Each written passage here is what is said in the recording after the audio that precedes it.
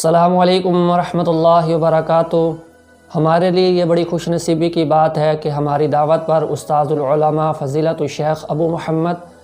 عبد الرحمن شاہین الاسری حفظہ اللہ تعالی ہمارے اس چینل پر تشریف لائے ہیں۔ میں دل کی گہرائیوں سے شیخ محترم کا شکریہ ادا کرتا ہوں اور دعا گو ہوں کہ اللہ رب العزت ان کی صحت زندگی میں برکتیں عطا فرمائے۔ آج ہم شیخ محترم سے ایک انتہائی اہم سوال کرنے جا رہے ہیں۔ شیخ صاحب، سوال یہ ہے کہ اللہ رب العزت نے قرآن میں فرمایا کہ اللہ کی رسی کو مضبوطی سے تھامے رکھو، تو یہاں پر اللہ کی رسی سے کیا مراد ہے؟ قرآن و حدیث کی روشنی میں وضاحت فرما دیں، جزاک اللہ۔ السلام علیکم ورحمۃ اللہ وبرکاتہ۔ الحمد للہ رب العالمین والصلاة والسلام على سید الانبیاء وخاتم المرسلین وعلى آلہ وصحبہ اجمعین ومن تبعهم بإحسان إلى يوم الدین، وبعد، فأعوذ باللہ السمیع العلیم من الشیطان الرجیم من ہمزہ ونفخہ ونفثہ، بسم اللہ الرحمن الرحیم، واعتصموا بحبل اللہ جميعا ولا تفرقوا واذکروا نعمت اللہ علیکم اذ کنتم اعداء فألف بین قلوبکم فاصبحتم بنعمتہ اخوانا وکنتم علی شفا حفرۃ من النار فانقذکم منها کذلک یبین اللہ لکم آیاتہ لعلکم تہتدون۔ سورہ آل عمران کی آیت نمبر 103 ہے۔ ہر قسم کی حمد و ثنا اللہ رب العالمین کے لیے ہے۔ صلاۃ والسلام امام الانبیاء جناب محمد الرسول اللہ صلی اللہ تعالی علیہ وآلہ وصحبہ وسلم کی ذات گرامی کے لیے۔ اس مختصر حمد و ثنا اور صلاۃ اور سلام کے بعد قرآن مجید کی آیات میں سے بہت ہی اہم یہ آیت، جس میں اللہ تبارک و تعالیٰ نے اہل ایمان کو یہ حکم ارشاد فرمایا ہے کہ واعتصموا بحبل اللہ جمیعا، اللہ تعالیٰ کی رسی کو سب کے سب مل کر اکٹھے مضبوطی سے تھامو، ولا تفرقوا، اور الگ الگ فرقے نہ بنو، جدا نہ ہو، واذکروا نعمت اللہ علیکم، اور اللہ کی نعمت کو یاد کرو کہ جب تم اذ کنتم اعداء آپس میں دشمن تھے، فألف بین قلوبکم، اللہ تعالیٰ نے تمہارے دلوں میں الفت پیدا کر دی، فاصبحتم بنعمتہ اخوانا، اور تم اس کی نعمت کے ساتھ بھائی بھائی بن گئے، وکنتم علی شفا حفرۃ من النار فانقذکم منها، اور تم جہنم کی آگ کے کنارے کے اوپر پہنچ چکے تھے کہ اس اللہ رب العالمین نے تمہیں اس سے نکال دیا، نجات عطا کی۔ کذالک یبین اللہ لکم آیاتہ، اسی طرح اللہ تعالیٰ اپنی آیات تمہارے سامنے کھول کھول کر بیان کرتا ہے، لعلکم تہتدون، تاکہ تم ہدایت حاصل کرو۔ اللہ تعالیٰ کی رسی کو مضبوطی سے تھامنے کا حکم اللہ تعالیٰ نے ارشاد فرمایا ہے، دیا ہے۔ اللہ تعالیٰ کی رسی کیا ہے؟ آج ہر شخص جس کے پاس جو چیز بھی ہے اسی کو ہی وہ حبل اللہ قرار دے رہا ہے۔ لوگوں نے اپنی اور اپنے لکھی ہوئی کتابیں، اپنے بزرگوں کی لکھی ہوئی کتابیں، اپنے بڑوں کی لکھی ہوئی کتابیں، زندگی کا اپنا منہج و مشن ان کو بنایا ہوا ہے، مگر اس کے باوجود بھی وہ دعوے دار ہیں کہ ہم حبل اللہ کو ماننے والے ہیں۔ اور کچھ لوگ ہیں انہوں نے اپنے اکابر کے ملفوظات کو اپنایا ہوا ہے، اجتہادات اور قیاسات کو اپنایا ہوا ہے، اور وہ کہتے ہیں کہ یہ حبل اللہ ہیں اور ہم اسی کی پیروی کرنے والے ہیں۔ کچھ لوگ روایتیں، حکایتیں، قصے، کہانیاں، خواب و رویا اور بشارتیں اور اس انداز کی چیزوں کو مانتے اور اس پر عمل پیرا ہوتے ہیں، اس کے مطابق اپنے عقائد کو اور اعمال و عبادات کو اپناتے اور گزارتے ہیں، مگر اس کے باوجود وہ بھی دعویٰ کرتے ہیں کہ ہم حبل اللہ کو ماننے والے ہیں۔ ہر کسی کے دعوے سے ان کے پاس جو کچھ بھی ہے وہ حبل اللہ نہیں بن جائے گا۔ حبل اللہ کیا ہے؟ حبل عربی زبان میں رسی کو کہتے ہیں، اور اس کی اضافت لفظ اللہ تعالیٰ کی طرف ہے کہ اللہ تعالیٰ کی رسی عقلی طور پر وہی چیز جو اللہ رب العالمین کی طرف سے آئی ہوئی ہو وہی ہی اللہ تعالیٰ کی رسی ہو سکتی ہے۔ قرآن کریم اللہ رب العالمین نے جس ذات پہ نازل کیا ہے محمد الرسول اللہ صلی اللہ علیہ وسلم، وہ ارشاد فرماتے ہیں کتاب اللہ هو حبل اللہ الممدود من السماء الى الارض، کہ اللہ تعالیٰ کی کتاب قرآن مجید جو ہے یہ حبل اللہ ہے، یہ اللہ تعالیٰ کی رسی ہے جو اللہ تعالیٰ نے آسمان سے زمین کی طرف اس کو لٹکا دیا ہے۔ اللہ تعالیٰ کی رسی، سیدنا ابو سعید خدری رضی اللہ عنہ کی یہ روایت ہے، اور شیخ البانی رحمہ اللہ نے اسے سلسلہ صحیحہ میں صحیح قرار دیا ہے کہ کتاب اللہ سے مراد، حبل اللہ سے مراد کتاب اللہ ہے، یہی اللہ کی رسی ہے جو اللہ تعالیٰ کی طرف سے آئی ہوئی ہے۔ اللہ تعالیٰ نے آسمان سے اسے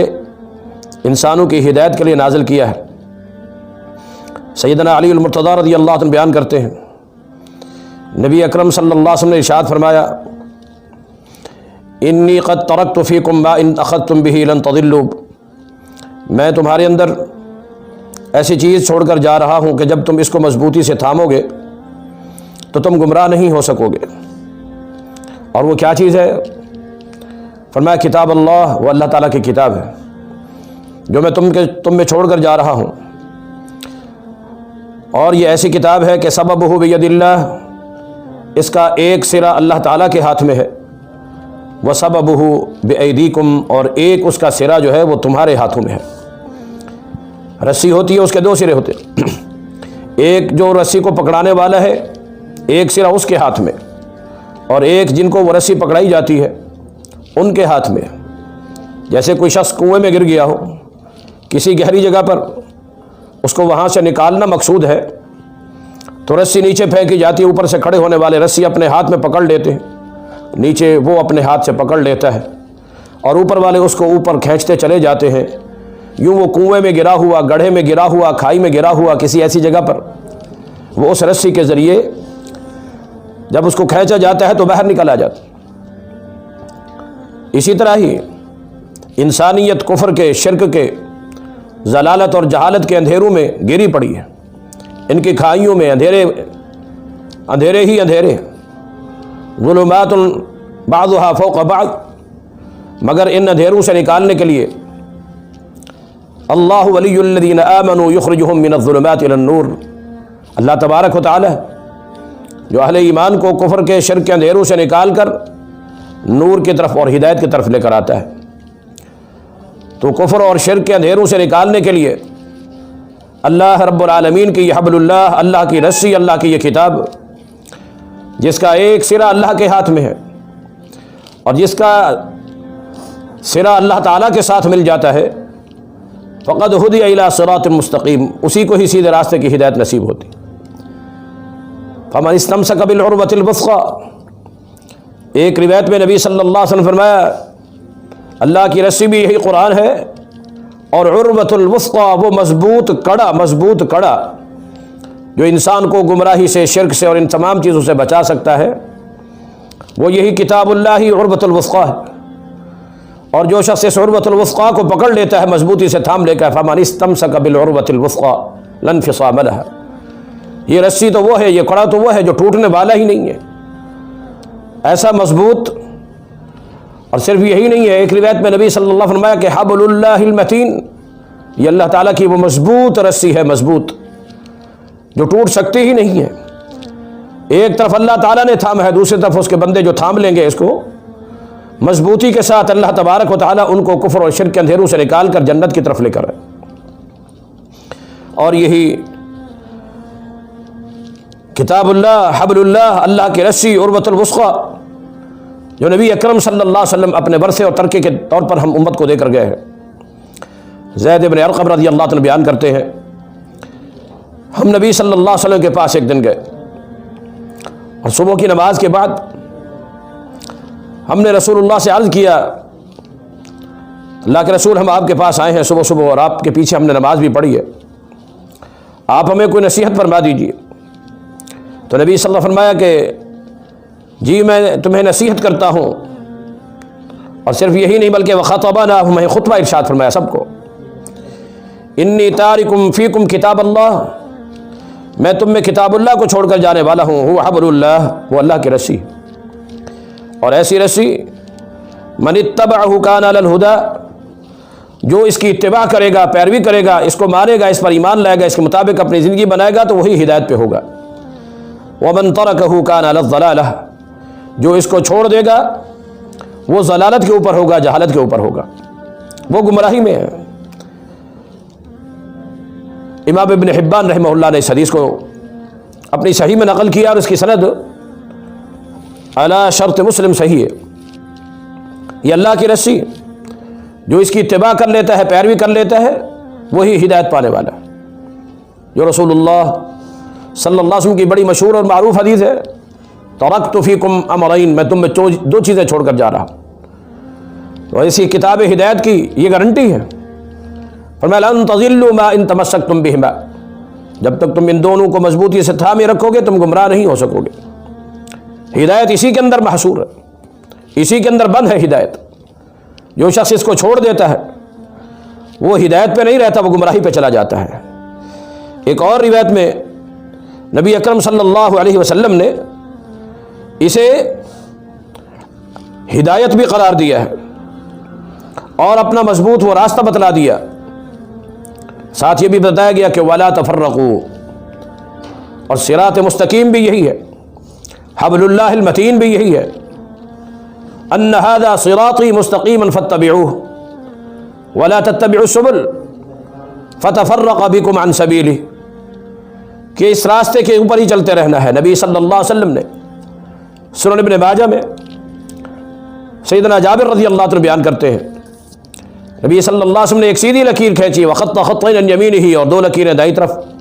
وخط خطین عن شمالہ، اور دو لکیریں بائیں طرف کھینچی، اور پھر نبی صلی اللہ علیہ وسلم نے اپنی سیدھی جو کھینچی ہوئی لکیر تھی اس کے اوپر اپنی انگلی مبارک رکھ کر فرمایا ان ھذا صراطی مستقیما، یہی سیدھا راستہ ہے، فاتبعوہ، اسی کی ہی اتباع کرنا، اسی کی ہی پیروی کرنا، ولا تتبعوا السبل، خیال کرنا اس سیدھے راستے سے دائیں اور بائیں جو راستے نکل رہے ہیں ان کی اتباع نہیں کرنی، ان کی پیروی نہیں کرنی، ان کے پیچھے نہیں چل پڑنا، کیوں اگر ان کے پیچھے تم چل پڑو گے، ان راستوں پر تم چل پڑو گے، فتفرق بکم عن سبیلہ، تو یہ اللہ رب العالمین کا جو سیدھا راستہ ہے اس سیدھے راستے سے تمہیں یہ ہٹا دیں گے۔ یہ اللہ تعالیٰ کی رسی ہے، یہی الذکر الحکیم، حکمت والی نصیحت، دانائی والا سبق، اور اللہ کا صراط مستقیم، اور یہی الہدیٰ ہے، ہدی للناس، ہدی للمتقین، یہی النور المبین، جو اندھیروں سے نکالنے والی ایک روشن نور بھری ایک کتاب ہے یہ قرآن کریم میں، یہ حبل اللہ، اللہ کی رسی جو اللہ تعالیٰ کی طرف سے نازل ہوئی ہے۔ اور رسی میں عمومی طور پر کم از کم دو اس کی باٹ ہوتے ہیں جس کو آپس میں جوڑ کر ملایا جاتا ہے، ویسے تو اس سے زیادہ بھی ممکن ہے،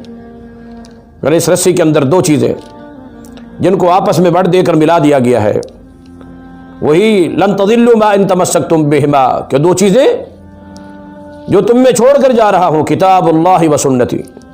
ایک اللہ کی کتاب اور ایک سنت، اور یہ کتاب اللہ میں دو چیزیں جو اللہ تعالیٰ نے نازل کی ہیں، وَأَنزَلَ اللَّهُ عَلَيْكَ الْكِتَابَ وَالْحِكْمَةَ، کہ وہ اللہ ہی ہے جس نے آپ پر کتاب نازل کی اور حکمت نازل کی۔ قرآن کریم بھی، نبی صلی اللہ علیہ وسلم کی حدیث بھی، سنت بھی، یہ ساتھ ملتی ہیں تو یہ دونوں حبل اللہ بنتی ہیں، یہ صراط مستقیم بنتی ہیں۔ یہ اللہ تعالیٰ کی مضبوط وہ رسی ہے جس کو مضبوطی سے تھامنے والا کبھی بھی گمراہ نہیں ہو سکتا، اور یہی بات اللہ رب العالمین نے بیان فرمائی ہے کہ وَاعْتَصِمُوا بِحَبْلِ اللَّهِ جَمِيعًا، سب نے مل کر اکٹھے ہی اس کو مضبوطی سے تھامنا ہے، مضبوطی سے اس کو پکڑنا ہے، آپس میں فرقے فرقے نہیں۔ اور یہ بات بھی وَاذْكُرُوا نِعْمَتَ اللَّهِ، یہ اللہ کی نعمت، قرآن اللہ کی نعمت، حدیث اللہ کی نعمت، دین اللہ کی نعمت، شریعت اللہ کی نعمت۔ اور پھر فرمایا کہ کنتم علی شفا حفرۃ من النار فانقذکم منہا، تم جہالت، ضلالت، جیسا کہ ایک اور مقام پر بھی اللہ رب العالمین فرمایا ہے کہ وَإِن كَانُوا مِن قَبْلُ لَفِي ضَلَالٍ مُبِينٍ، اگرچہ اس سے پہلے کھلم کھلا گمراہی میں تھے تو اس ضلال مبین سے نکالنے کے لیے یہ نور مبین جو اللہ رب العالمین نے عطا فرمایا، کذالک یبین اللہ لکم آیاتہ لعلکم تہتدون، ہدایت کو محصور کر دیا گیا ہے اسی کے اندر۔ اور نبی اکرم صلی اللہ تعالی علیہ وآلہ وسلم کی سنت کا درجہ اور مقام خود قرآن کی روشنی میں یعلمہم الکتاب والحکمہ، کہ یہ نبی وہ ہیں جو کتاب کی تعلیم بھی دیتے ہیں، حکمت کی تعلیم بھی دیتے ہیں۔ قرآن بھی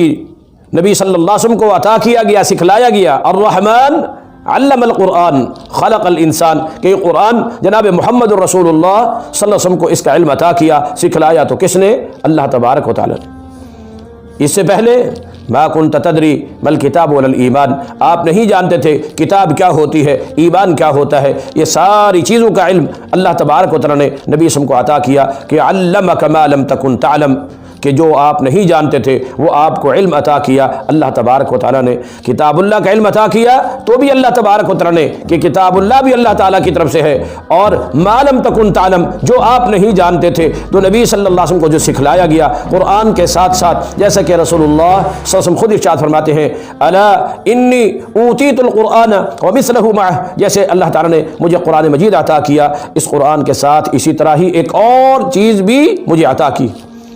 اور جو اللہ تعالیٰ نے عطا کی وہ نبی صلی اللہ علیہ وسلم کی حدیث، وہ نبی صلی اللہ علیہ وسلم کی سنت، وہ نبی صلی اللہ علیہ وسلم کا اسوہ حسنہ ہے۔ لقد کان لکم فی رسول اللہ اسوۃ حسنہ، رسول اللہ صلی اللہ علیہ وسلم کا اسوہ حسنہ وہ کہاں سے ملے گا؟ وہ صحیح احادیث سے ملے گا۔ محدثین کرام نے جو صحیح احادیث اصول و ضابطوں کے مطابق روایت کی ہیں، ان کے اندر یہ ساری چیزیں موجود ہیں، ان کے اندر ہماری زندگی کے تمام تر معاملات، اس کے نشے و فراز اور تمام تر اصول بھی، ضابطے بھی، قوانین بھی، دستور بھی، عقیدے بھی، اعمال بھی، عبادات بھی، معاملات بھی، یہ ساری چیزیں اس کے اندر بیان فرما دی گئی ہیں۔ نبی اکرم صلی اللہ علیہ وسلم کو انزلنا الیک الذکر لتبین للناس ما نزل الیہم، کہ ہم نے آپ پر یہ ذکر نازل کیوں کیا ہے؟ تاکہ آپ اس کو لوگوں کے سامنے کھول کھول کر بیان کریں۔ تو نبی صلی اللہ علیہ وسلم کی جو سیرت، نبی صلی اللہ علیہ وسلم کی جو احادیث، نبی صلی اللہ علیہ وسلم کی جو سنت، نبی صلی اللہ علیہ وسلم کی جو اقوال ہیں، فرامین ہیں، وہ اس قرآن کی تشریح، وہ اس قرآن کی تعبیر ہے، قرآن کے خلاف نہیں ہے، قرآن کی تائید کرتی ہیں، کیونکہ قرآن اپنی جگہ پر، صاحب قرآن جس کے اوپر قرآن نازل ہوا ان کا بھی اپنا مقام ہے، اور صاحب قرآن کی ایک ایک ادا، ایک ایک اٹھنا، ایک ایک بیٹھنا، وہ اللہ تبارک و تعالی نے دین بنا دیا ہے۔ اور اس کا تعلق حبل اللہ کے ساتھ ہے، یہ اسی اللہ کی رسی کا ہی حصہ ہے، یہ اس میں شامل اور داخل ہے۔ ان دونوں چیزوں کو مد نظر رکھ کر اللہ تبارک و تعالیٰ کے نازل کیے ہوئے دین پر عمل کرنا ہے۔ اللہ تعالیٰ کی طرف سے آنے والا دین ہی حبل اللہ ہے، جو اللہ رب العالمین نے محمد الرسول اللہ صلی اللہ علیہ وسلم پر نازل فرمایا۔ کتاب اللہ ہے، وہ بھی وحی ہے۔ قل اوحی الی ھذا القرآن، فرما دیجئے قرآن میری طرف وحی کیا گیا، یہ قرآن بھی وحی ہے، اور قرآن ہی بتلاتا ہے وما ینطق عن الھوی ان ھو الا وحی یوحی، کہ محمد الرسول اللہ صلی اللہ علیہ وسلم جو بولتے ہیں وہ وحی ہے، وحی کے علاوہ کچھ بھی نہیں ہے۔ بولنا بھی وحی، اور جو کچھ نبی صلی اللہ علیہ وسلم عمل کرتے ہیں، اتباع کرتے ہیں، پیروی کرتے ہیں، ان اتبع الا ما یوحی الی من ربی، سورہ اعراف میں فرمایا میں جو کچھ بھی اتباع کرتا ہوں، عمل کرتا ہوں، تو اللہ تعالیٰ کی وحی کا کرتا ہوں، جو اللہ میرے اوپر نازل کرتا ہے اسی کی۔ اگر نبی صلی اللہ علیہ وسلم کا کسی معاملے میں قول نہیں ملتا، فرمان نہیں ملتا، حدیث نہیں ملتی، نبی صلی اللہ علیہ وسلم کا عمل مل جاتا ہے، نبی صلی اللہ علیہ وسلم کی سنت مل جاتی ہے، سیرت مل جاتی ہے، تو وہ بھی وحی کے زمرے میں آتی ہے، وہ بھی وحی کے زمرے میں آتی ہے۔ اور وحی جو ہے یہی حبل اللہ ہے، جو اللہ تعالیٰ کی طرف سے آنے والی رسی،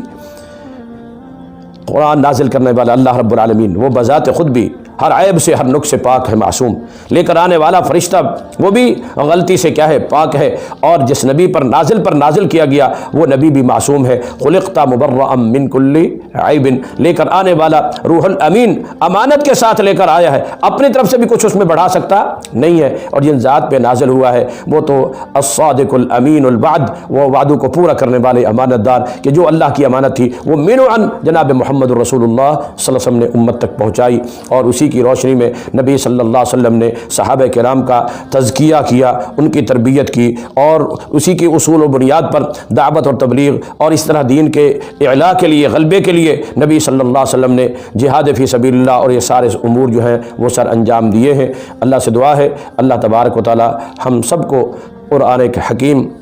اور نبی صلی اللہ علیہ وسلم کی سیرت طیبہ کے جو ہمارے عملی پہلو ہیں ہمارے لیے، اللہ تعالیٰ ہمیں سب کو ان پر عمل کی توفیق عطا فرمائے، اور اللہ تبارک و تعالیٰ